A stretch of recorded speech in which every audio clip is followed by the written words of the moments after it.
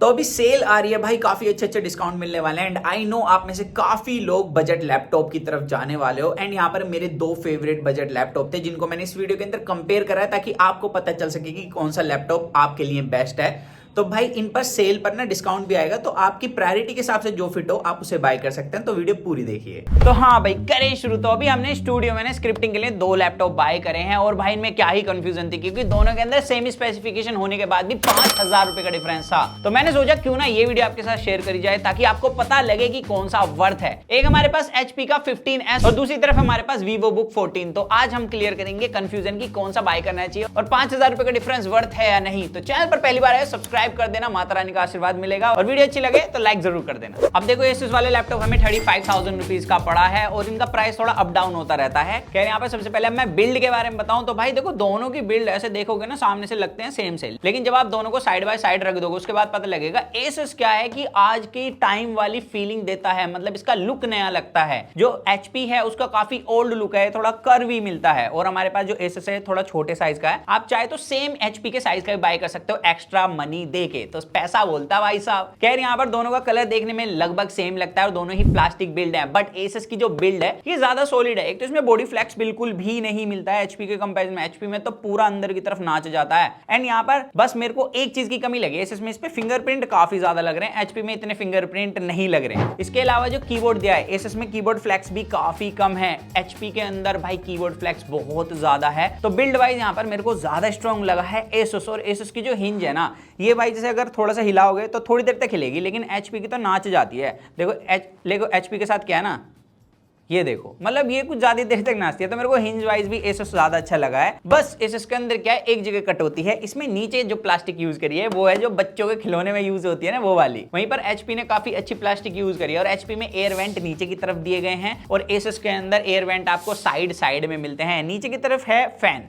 और touch pad का size जो है वो दोनों का ऑलमोस्ट सेम है और भाई दोनों ही अच्छा रिस्पॉन्स करते हैं, मल्टी टच को सपोर्ट करते हैं। लेकिन यहाँ पर भी भाई जो Asus है उसके अंदर आपको फिंगरप्रिंट सेंसर मिलता है, जो कि इस प्राइस सेगमेंट में काफी बड़ी बात है। काफी कम लैपटॉप इस चीज को ऑफर करते हैं। और Asus में आपको ना छोटा कीबोर्ड मिलता है, HP में फुल साइज कीबोर्ड है विद नम पैड। लेकिन Asus के कीज का फीडबैक काफी अच्छा, चलाने में ज्यादा मजा आता है। HP में वही पुरानी सी फीलिंग आती है। तो यहाँ पर कीबोर्ड और भाई ट्रैक पैड में मेरे को ज्यादा अच्छा Asus लगा है। इसके अलावा अगर पोर्ट्स की बात करें तो Asus के अंदर 3 USB पोर्ट है। HP में सिर्फ 2 USB पोर्ट मिलते हैं। बाकी 3.5mm जैक दोनों के अंदर है। HDMI पोर्ट दिया गया है और यहाँ पर भाई दोनों के अंदर चार्जिंग पोर्ट भी मिलता है। इसके अलावा जो Asus के अंदर एक कमी है वो है कि इसके अंदर SD कार्ड स्लॉट नहीं है। HP में SD कार्ड स्लॉट है, तो यहाँ पर ये डेटा वेटा लेने के लिए ज्यादा यूजफुल है। अब उस चीज पे चलते हैं जिसके लिए मैं कह रहा था कि भाई सेम स्पेसिफिकेशन होने के बाद भी एक्स्ट्रा पे क्यों करना। तो दोनों के अंदर Intel i3 11 Gen प्रोसेसर है और जिस प्राइस में हमने HP का लैपटॉप बाय करा है ना, हमने अभी जस्ट देखा, उस प्राइस के अंदर आपको 12 Gen में मिल जाएगा। तो आप उसे बाय कर सकते हो। खैर यहाँ पर इन प्रोसेसर की बात करें तो दोनों ही डुअल कोर प्रोसेसर हैं, 4 थ्रेड रन करा सकते हैं। और दोनों ही लैपटॉप हार्डकोर गेमिंग वगैरह के लिए नहीं है, ये सिर्फ नॉर्मल वर्क के लिए, जैसे कि आपको थोड़ा ऑफिस वर्क करना है, PPT बनानी है अपने कॉलेज या ऑफिस के लिए। इसके अलावा आप स्क्रिप्ट राइटिंग के लिए इन्हें यूज कर सकते हो। और जैसे हमने लिया है कंटेंट रिसर्च के लिए, उसके लिए भी काफी अच्छा है। और दोनों के अंदर MS ऑफिस मिलता है। तो अगर आप ऑफिस में काम करते हो और आपको MS ऑफिस से काम है तो वो दोनों के अंदर अच्छे से हैंडल हो जाता है। तो यहाँ पर ये लैपटॉप इन वर्क के लिए है, ना कि कोई हैवी टास्क के लिए। और अगर आप सोच रहे हो इनके अंदर मल्टीटास्किंग करने की, तो देखो नॉर्मल मल्टीटास्किंग अच्छे से हैंडल कर लेते हैं। लेकिन अगर आप सोच रहे हो हैवी ऐप की मल्टीटास्किंग करने की, तो वहां पर ये दोनों भाई हाथ जोड़ जाएंगे। अब अच्छी बात ये दोनों के अंदर 512 GB की NVMe 3rd जनरेशन SSD मिलती है। भाई इस प्राइस रेंज के अंदर मिलना काफी सही चीज हो गई, पहले नहीं मिलती थी।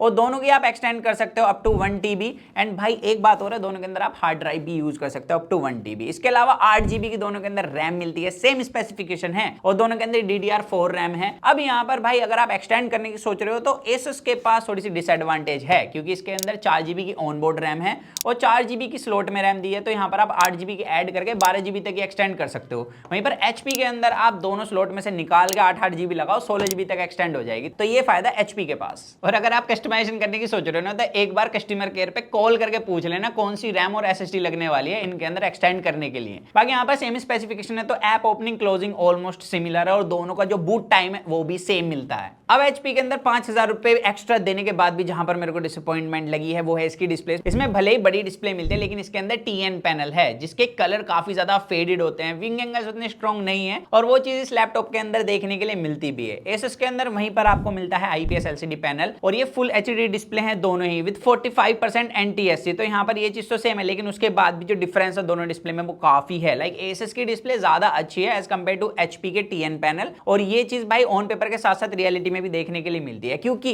एक तो यहाँ पर एंटी ग्लेयर कोटिंग भी मिलती है, Asus के पास, HP के पास एंटी ग्लेयर कोटिंग नहीं है जिसकी वजह से रिफ्लेक्शंस काफी मिलते हैं और TN पैनल होने की वजह से इसके अंदर विंग एंगल्स भी अच्छे नहीं है। Asus के जितने तगड़े विंग एंगल्स हैं यहाँ पर मेजर डिफरेंस विजिबल है दोनों के बीच में और कलर एक्यूरेसी भी भाई IPS पैनल की TN पैनल के कंपैरिजन में ज्यादा अच्छी है। तो डिस्प्ले में मेरे को ज्यादा अच्छा लगा भाई ये Asus क्योंकि यहाँ पर IPS पैनल ज्यादा कमाल का है। अगर आपको HP में IPS पैनल बाय करना है तो इसके लिए 2,000 रुपए एक्स्ट्रा पे करने पड़ेंगे जब जाके हमें इस लेवल की थोड़ी सी क्लियरिटी मिलने वाली है इसमें। लेकिन स्पीकर्स ऐसे हैं भैया, अगर आपको साउंड सुननी है तो Asus में तो एक्सटर्नल स्पीकर लगाने ही पड़ेंगे, बहुत ज्यादा कमजोर हैं। HP में लगता है भाई यहाँ हमने पैसे एक्स्ट्रा दिए हैं क्योंकि साउंड क्वालिटी काफी अच्छी है इसकी प्राइस के हिसाब से, बट फिर भी 5,000 रुपए में तो मैं एक्सटर्नल स्पीकर ज्यादा तगड़े बाय कर लूंगा। अब बैटरी डिपार्टमेंट में चले तो ऑन पेपर अलग है, Asus के अंदर 37 वॉट आवर की बैटरी मिलती है तो HP में 41 वॉट आवर की बैटरी है और भाई चार्जिंग स्पीड दोनों की सेम है 45 वॉट की। बट भाई चार्जिंग स्पीड से लेके बैटरी बैकअप में मेरे को दोनों सिमिलर ही लगे हैं, तो बैटरी डिपार्टमेंट में दोनों को इक्वल बोला जा सकता है। तो ऑल ओवर ओपिनियन दी जाए तो अगर आप सोच रहे हो रैम को एक्सटेंड करना है या आपके घर के आसपास HP के सर्विस सेंटर ज्यादा हैं तो मेरे हिसाब से HP का फिर तो वर्थ रहेगा। अदरवाइज भाई आज के ट्रेंड के हिसाब से लुक देखा जाए, भाई ड्यूरेबिलिटी देखी जाए या डिस्प्ले देखी जाए तो मेरे को भाई Asus ज्यादा वर्थ लगा है। बाकी आप बताना आपको कौन सा लैपटॉप ज्यादा सही लगा। स्टूडेंट के लिए मेरे हिसाब से पैसे बचाना चाहते हैं Asus, लेकिन फ्यूचर को देख के लेना चाहते हो तो HP ठीक है।